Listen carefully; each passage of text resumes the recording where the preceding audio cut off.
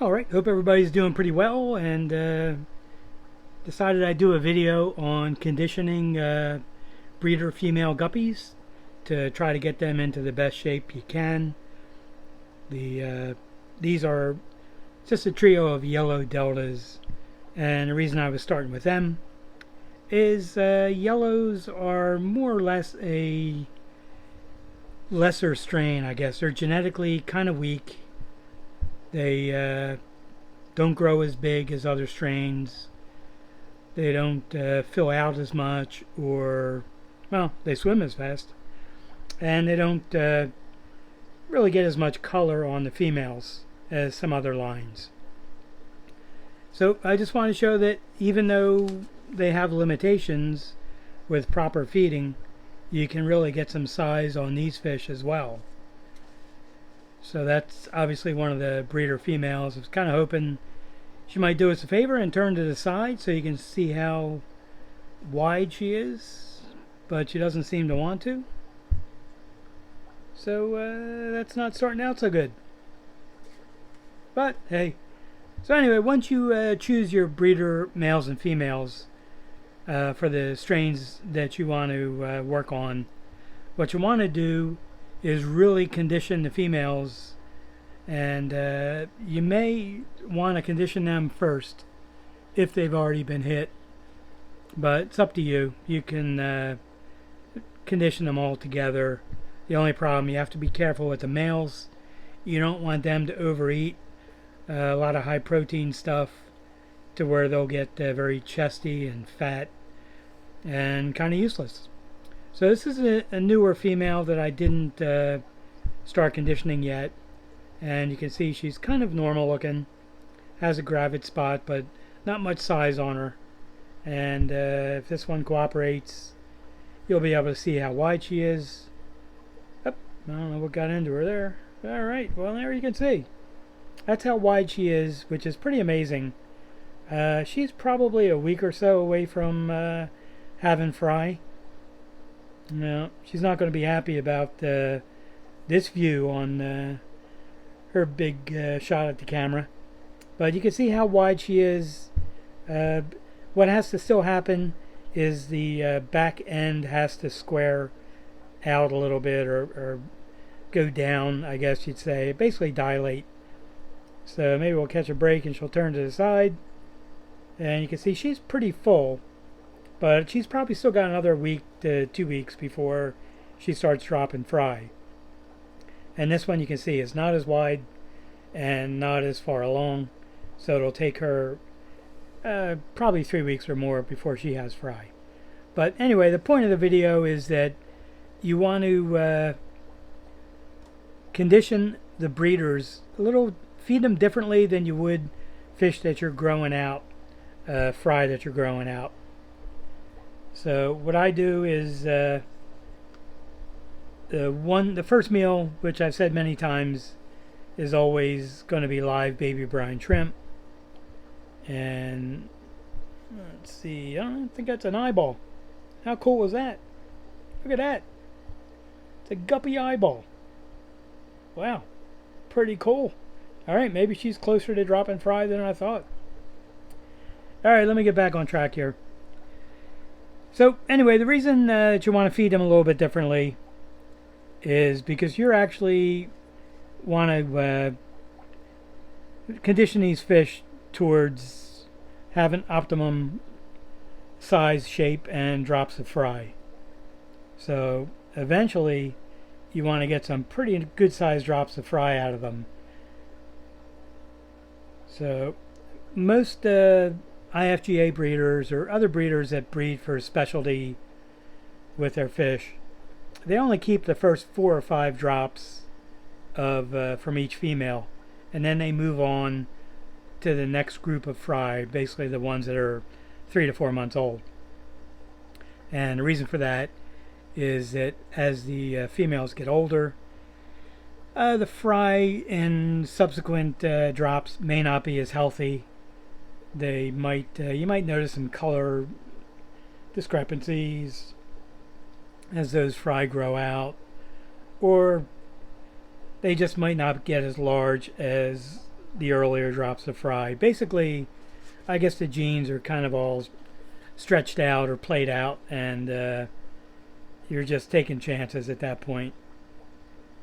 So, I mean, I do that. I will keep a couple of females a little bit longer, depending on the strain, but not as much as I used to. So I'll move on in case you're tired of looking at them. These are some of the original Russian red lace snakeskins that I had.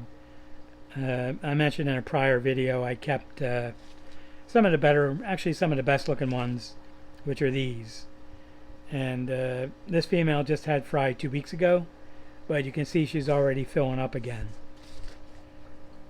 So anyhow, the point, once you've spent money on a strain, or once you've settled on fish that you want to work with, is you just want the highest quality out of each strain that you can get. Now I know it's YouTube, and I don't really do what everybody else on YouTube does. I don't do breeding for profit videos. I don't even understand what the heck that means. That just seems like nonsense to me. I breed for quality. I don't breed for profit. I don't even care if I don't sell a fish for 3 months. It doesn't matter to me. I'm breeding for what I want and what I like, and how to improve the fish that I have. So if I have to take a whole drop of fry that's not developing right and feed it to the electric blue acaras, that's kind of what has to happen. You have to be very stringent on what you allow in your fish room as far as what you sell with your name on it. I mean, that's how I feel. So like I said, I go for uniformity in appearance of the males and the females, and in my opinion, like I said before, one meal must be live baby brine shrimp every day, or a suitable option such as live daphnia if you can grow it, live microworms, other types of worms like that. The point is to get a very high protein and nutritious live meal into the fish every day. It improves their color. They go after the food like crazy. You'll see it when you feed the fish. They go bananas for the live food. So I had no luck trying to raise daphnia, microworms, or water worms, or some of the other things. I just killed them and never got a chance to feed them to the fish. So the second meal I give is my high protein mix of foods. I'm not making this video so people buy the food. I'm just saying that's what I came up with.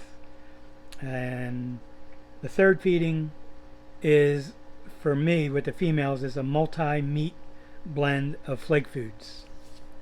So I do that because I also keep live plants, water sprite, in the tanks, and I know the fish go after the plants or the algae on the side, and it's pretty visible in the fact that there'll be some green poop on the floor of the tank or the bottom of the tank. Now I don't use substrate.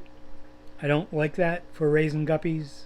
I think you need to see exactly what's happening in the tank. If there's white stringy poop, you got to get on that immediately with treatments. And the other time you might see like white stringy poop if you feed the fish some frozen adult brine shrimp, because that stuff goes right through them like crazy.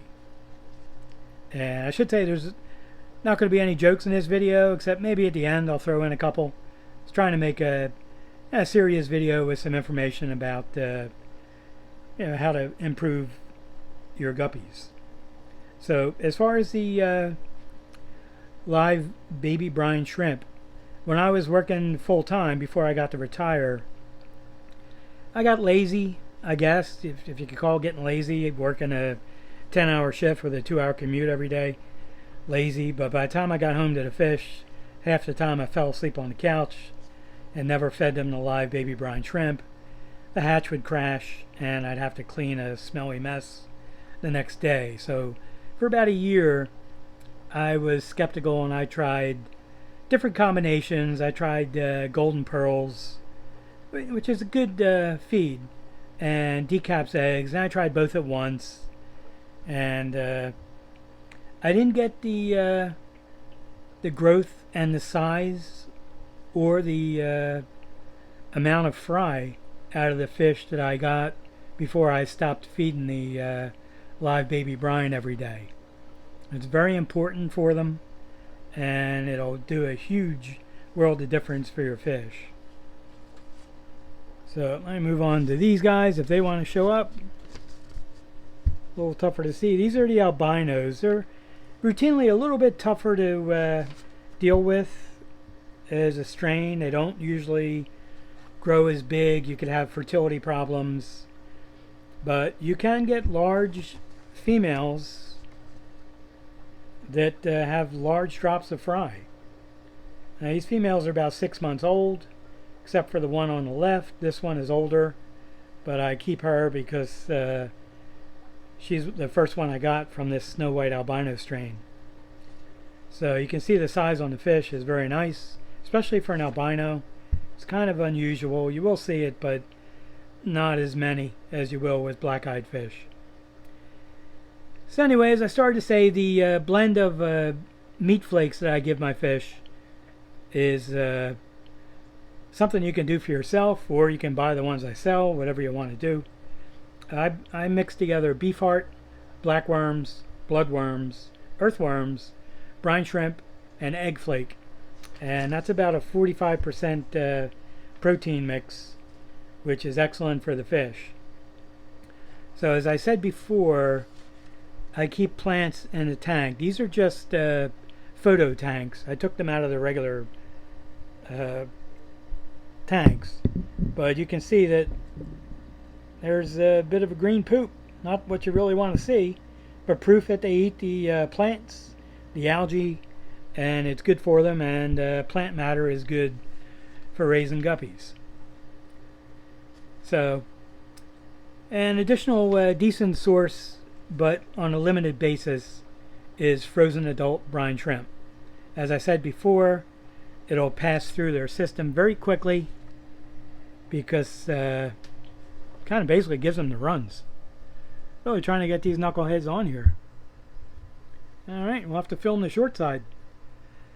So I avoid freeze-dried foods of all kinds for guppies. See if I can hold this straight while I'm reading. So there's brine shrimp, daphnia, bloodworms, cyclops, etc. I don't use that stuff because I think it's really not great for them. I feed it to cichlids. Not really the axolotls. I don't trust it on them either. I feed them frozen stuff. So, but the freeze-dried I primarily give to the cichlids, and I'm afraid to give it to guppies because they eat it really fast, and the stuff is dried, and I'm afraid it expands inside their digestive system or their stomach, and it may damage their insides. So the closest I feed to freeze-dried is decapsulated brine shrimp eggs, but that doesn't expand inside them. Frozen bloodworms I used to feed to guppies. I don't do that anymore. I don't trust it. I will feed it to the cichlids, catfish, the axolotls, but with the guppies I am not willing to risk the possibilities of worms, internal parasites. I don't use it in my guppies, and I don't get fish that thin out or seem to develop worms. So that's just my paranoia. May not be true.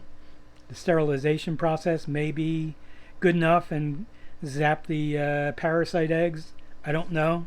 I'm not taking a chance.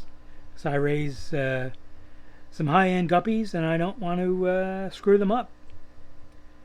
So basically, in short, because it's been a long video with no humor, for conditioning the females, one meal is live baby brine shrimp, One is the high protein foods I mix up, which I'll show you in a second or two, and the third is the meat flake blend I use, and also fourth, they eat the plants and the algae in the tanks.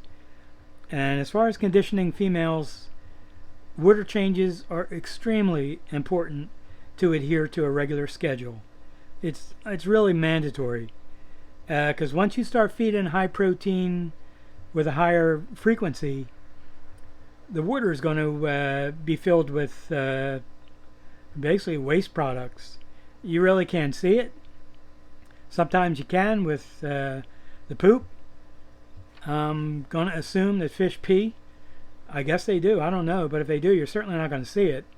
So you have to stay up with the water changes, because the water's going to foul. You can't take any shortcuts with water quality. You'll ruin everything you did as far as genetics, feeding. You just have to really get on that. So now I know some people like to breed for profit. That wasn't really a slam on them, and if they took it as that, I really don't care. Like I said, I breed for quality. I think once you breed for profit, you tend to let little discrepancies or problems in the body size or tail shape, etc., slip by. I'm never going to sell anybody a fish that's a piece of crap. Not that anybody else does. I'm just trying to say that you have to cull, and you have to do it religiously as you see problems. So if you're not sure if you're going to have the time, then split the males into their own tanks and the females into theirs, so that any screwed up males can't get to the females. So that's one option. So I'll show the foods that I'm working with.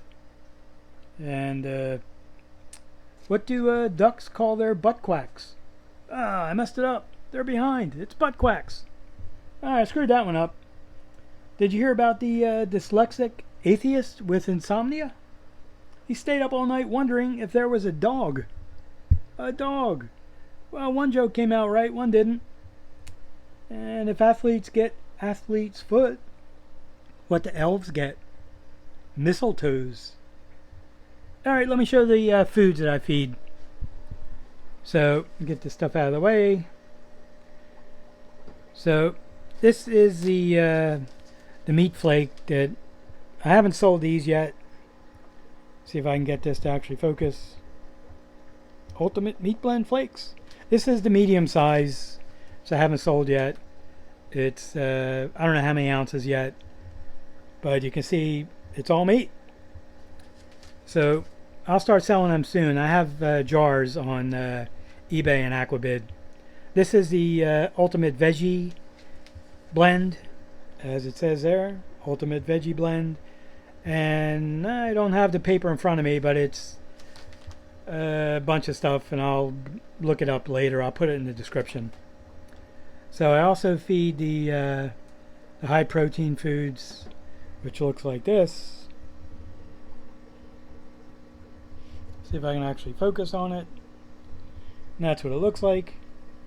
It's actually a few different things. So it's all high protein, good quality stuff. It's 54.5% protein and 15% fat. So I sell that stuff on eBay and Aquabid. It's cheaper on Aquabid. So anyway, that's kind of the video. This one ended up going pretty long. Apologize for screwing up the joke. Other than that, if you have any questions, you can email me or put them in the comments. And I appreciate you watching, and I'll see you in the next video.